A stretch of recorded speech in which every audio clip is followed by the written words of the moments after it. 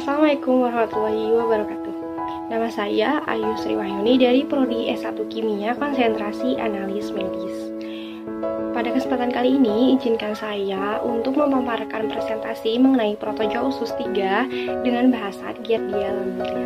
Selamat menyaksikan ya teman-teman.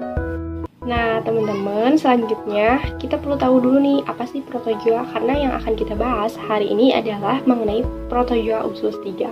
Nah sebelumnya kita bahas dulu apa sih yang dinamakan protozoa, apa sih pengertian dari protozoa. Jadi protozoa itu adalah binatang bersel satu atau bersel tunggal yang terdiri dari nukleus atau inti dan sitoplasma. Nah, kelas apa saja yang ada pada protozoa? Yang pertama ada kelas Rhizopoda, yang kedua ada kelas Ciliata, yang ketiga ada kelas Mastitifora, dan yang keempat ada kelas Sporozoa. Jadi teman-teman, Giardia lamblia itu masuk kelas apa sih? Nah, teman-teman bisa lihat sendiri mungkin di presentasi yang saya sampaikan. Di sini ada kotak berwarna hitam yang menunjukkan kelas Mastitifora atau flagella, yang mana si Giardia lamblia itu termasuk ke dalam kelas tersebut. Nah, teman-teman, dari namanya saja kelas Mastitifora ini adalah protozoa yang memiliki flagel. Jadi alat geraknya berupa flagel dan alat reproduksinya adalah secara aseksual. Nah, selanjutnya apa saja sih yang menjadi pokok bahasan kita hari ini? Yang pertama adalah taksonomi, kemudian ada morfologi, ada siklus hidup, kemudian ada epidemiologi, kemudian ada gejala klinis, kemudian cara penularan, cara pencegahan, dan yang terakhir ada diagnosa laboratorium. Untuk taksonominya yaitu kingdomnya Protista, subkingdomnya Protozoa, filumnya Satomastitifora, subfilumnya Mastitifora, kelasnya Zoomastitifora, kemudian ordernya Diplomonadida, kemudian familinya ada Hexamythidae, kemudian genusnya Giardia, spesiesnya Lamblia. Selanjutnya ada morfologi dari Giardia lamblia. Morfologi Giardia lamblia ini terdiri dari dua stadium, yaitu stadium trofozoid dan juga stadium kista. Yang pertama akan kita bahas adalah bentuk trofozoidnya. Bisa dilihat teman-teman, di slide ini ada bentuk trofozoid, yang mana di sini ukurannya 15 sampai 20 kali 5 sampai 15 mikron dan rata-rata itu sekitar 41 kali 7. Bentuknya simetris. Kalau misalnya kita ibaratkan ini seperti buah pir yang dibelah si bentuk trofozoidnya, kemudian mempunyai 9 inti dan karyosoma letaknya di tengah-tengah. Nah, kemudian bagian dorsal membentuk konveks atau cembung. Bagian ventralnya itu bentuknya datar dan terdapat 2 buah alat melekat diri dan dinding mukosa. Pada daerah anteriornya terdapat blefaroplas, kemudian pada sitoplasmanya terdapat bintik-bintik halus, pada ujung posteriornya terdapat parabasal body, kemudian mempunyai 4 pasang flagel yang terdiri dari 1 pasang cross lateral flagella atau bagian anterior, kemudian 2 pasang uncross lateral atau bagian lateral tubuhnya, kemudian 1 pasang uncross flagella yang terletak pada bagian posteriornya, dan terdapat 2 aksonema.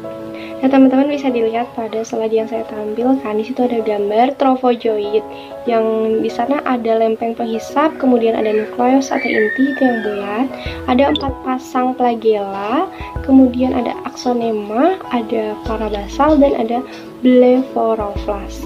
Ukurannya sekitar 14 kali 7 mikron. Nah, morfologi yang kedua yaitu adalah kista. Si kista ini berbentuknya bulat, kemudian berukuran 12 sampai 18 mikron. Selanjutnya ke siklus hidup.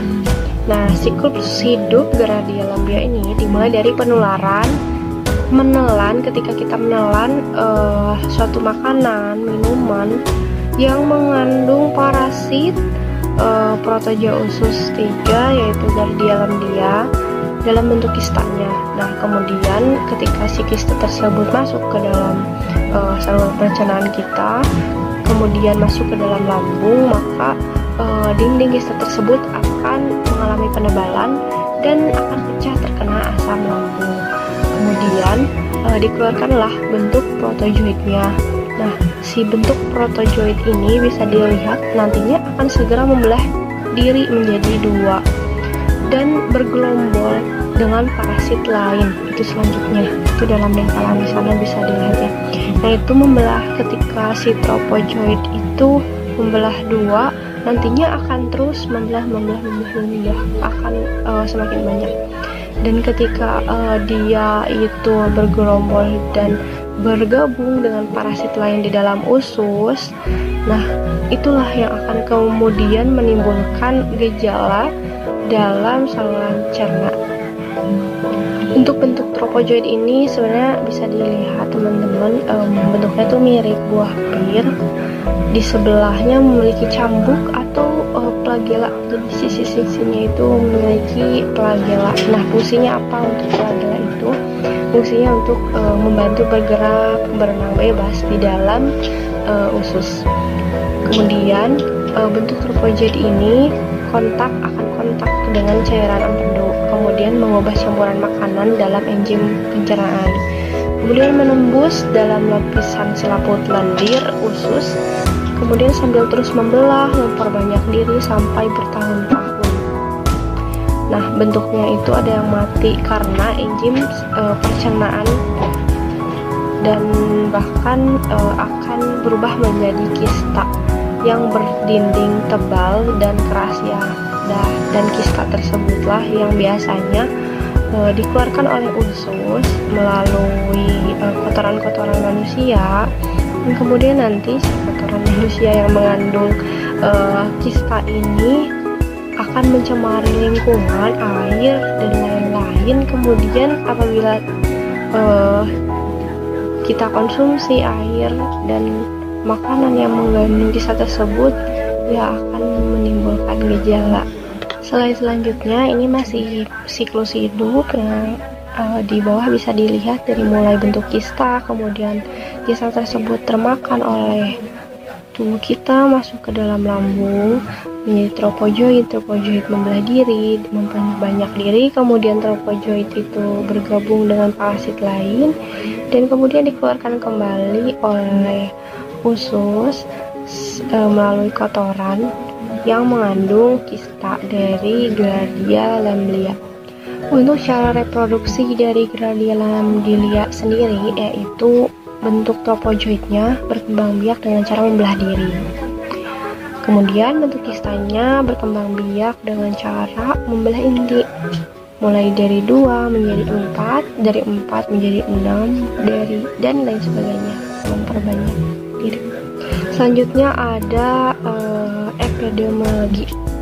Nah, Giardia lamblia ini biasa ditemukan di dalam tanah, air, atau makanan yang jelas terkontaminasi oleh protozoa khusus ini. Lamblia sendiri bisa berasal dari air yang terkontaminasi, meliputi dari air yang tidak direbus sebelumnya, kemudian tidak disaring atau didesinfeksi dengan bahan kimia.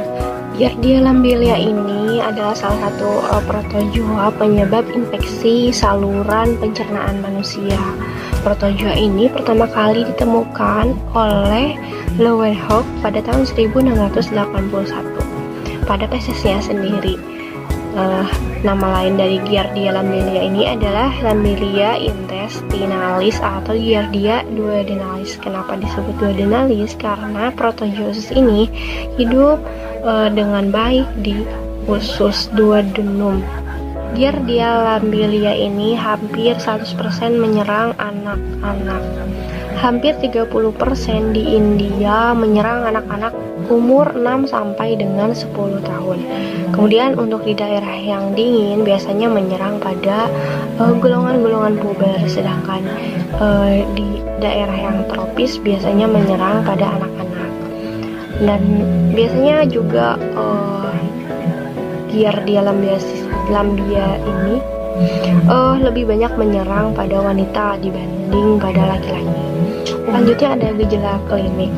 Nah, penyakit apa sih teman-teman yang disebabkan oleh infeksi dari protozoa usus Giardia lamblia ini? Jawabannya adalah penyakit giardiasis, yang mana penyakit tersebut adalah salah satu penyakit yang menginfeksi saluran pencernaan kita.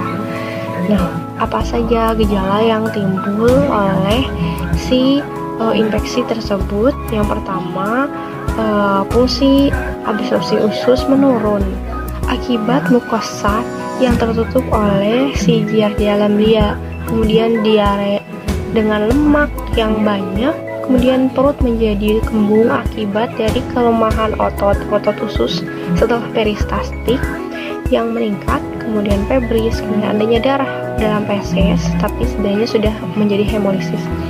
Kemudian penetrasi dari Giardia lamblia dapat sampai stratum provium. Selanjutnya ada cara penularan dan pencegahan. Penularannya melalui apa? Penularannya bisa melalui makanan, kemudian minuman, kemudian melalui air, bahkan melalui serangga atau interaksi dengan orang yang misalnya setelah menyentuh atau cebok sembarangan dan tidak mencuci tangan dengan baik, ditakutkan nantinya si tangan tersebut mengandung kista dari Giardia lamblia, kemudian nantinya akan termakan.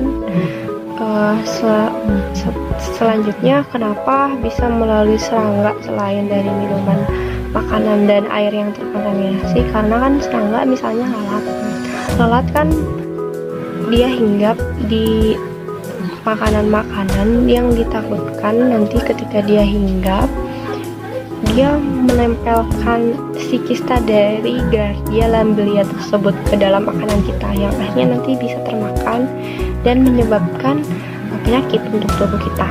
Lalu bagaimana cara pencegahannya? Yang pertama, konsumsi air minum yang sudah melalui proses pengolahan. Jangan konsumsi air minum yang mentah ya teman-teman. Kemudian konsumsi air minum yang mempunyai syarat-syarat kesehatan. Jangan asal konsumsi air. Ditakutnya air tersebut apabila kita tidak tahu syarat-syarat baku mutu air dalam kesehatan, takutnya terkontaminasi dengan parasit-parasit yang tidak kita ketahui. Kemudian pada umumnya Giardia lamblia ini kan resisten terhadap klorin, sehingga penyaringan sangat diperlukan untuk menghilangkan kontaminasi oleh protozoa patogen ini. Kemudian melindungi tempat persediaan air dari hospes reservoir, kemudian berang-berang dan tikus air. Contohnya berang-berang dan tikus air. Selanjutnya meningkatkan perilaku hidup sehat dan bersih, dan juga menyediakan makanan-makanan yang baik dan bersih. Selanjutnya ada diagnosa laboratorium. Diagnosa definitif terhadap Giardia lamblia itu ditegakkan melalui pemeriksaan mikroskopik dengan menemukan bentuk tropozoid dalam tinja yang encer dan cairan duodenum, atau bentuk kista dalam tinja padat. Bentuk tropozoid sendiri hanya dapat ditemukan dalam tinja segar, dalam sediaan basah dengan larutan iodin, atau dalam sediaan yang dipulas dengan tikrom. Morfologi Giardia lamblia dapat dibedakan dengan jelas dari protozoa lainnya. Infeksi Giardia lamblia sendiri sering tidak dapat didiagnosa atau misdiagnosis. Diagnosa yang akurat memerlukan tes antigen atau tidak tersedia dapat dilakukan dengan pemeriksaan parasit dari feses. Beberapa tes pada feses ini diperlukan kista dan tropozoid kadang tidak konsisten terlihat pada feses. Mengingat pengujian sulit untuk menemukan infeksi termasuk banyak negatif palsu, beberapa pasien harus dirawat berdasarkan bukti empiris, yaitu melakukan berdasarkan gejalanya. Cara lainnya adalah dengan enzim immunoassay atau immunofluorescence. Demikian yang bisa saya sampaikan, kurang lebihnya mohon maaf. Terima kasih kepada semuanya. Saya akhiri. Wassalamualaikum warahmatullahi wabarakatuh.